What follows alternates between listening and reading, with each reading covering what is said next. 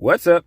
So I was in James this morning, and James is talking about two different wisdoms in chapter 3. One that comes from heaven, right? And he describes the difference, and one that comes from the world. The world is worldly wisdom, it is unspiritual, and it's demonic, right? It is founded on self-seeking and bitter envy, right? And he's speaking to believers in God, okay? And he's going to describe them that they war among themselves, right?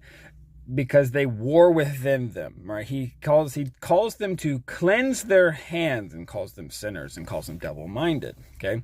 A double-minded person is basically someone that has almost like two different identities. You have an identity that believes in God and believes he's true, but you believe something else is best, okay? And that comes out in the life you live. The life you live is evidence of what you believe. And then in Matthew chapter 6, I believe, Jesus talks about being single-eyed. Single-eyed. It's a weird phrase, but it's basically where's your focus. The entire passage is about where are you going to put your trust, your loyalty, and where is your treasure? Is your treasure on earth or is it in heaven? Okay? And so it's very fascinating to see when you are single-eyed, right? You have a single focus in life. You're seeking first the kingdom, right? And his right, God's righteousness. All that other stuff will take care of itself, okay?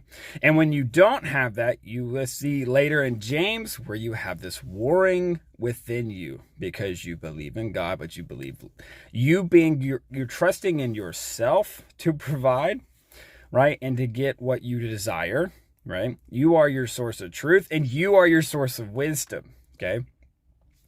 And so you have these two different identities basically conflicting with each other because you have two different beliefs trying to war against each other. And what's incredible here is that James doesn't make the claim, right, that you have to stay there. We have a lot of Christians who are like, you're always going to war among yourself. James doesn't believe that. He's saying this should not be true, right? You shouldn't have this internal conflict because it robs you of peace and purity and all that other stuff that comes from heavenly wisdom, okay?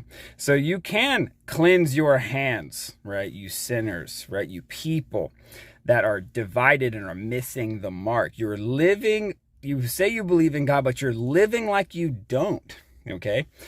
And you can humble yourself and God will exalt you. And you can leave this worldly wisdom behind and you can tap into the source of heavenly wisdom. Okay.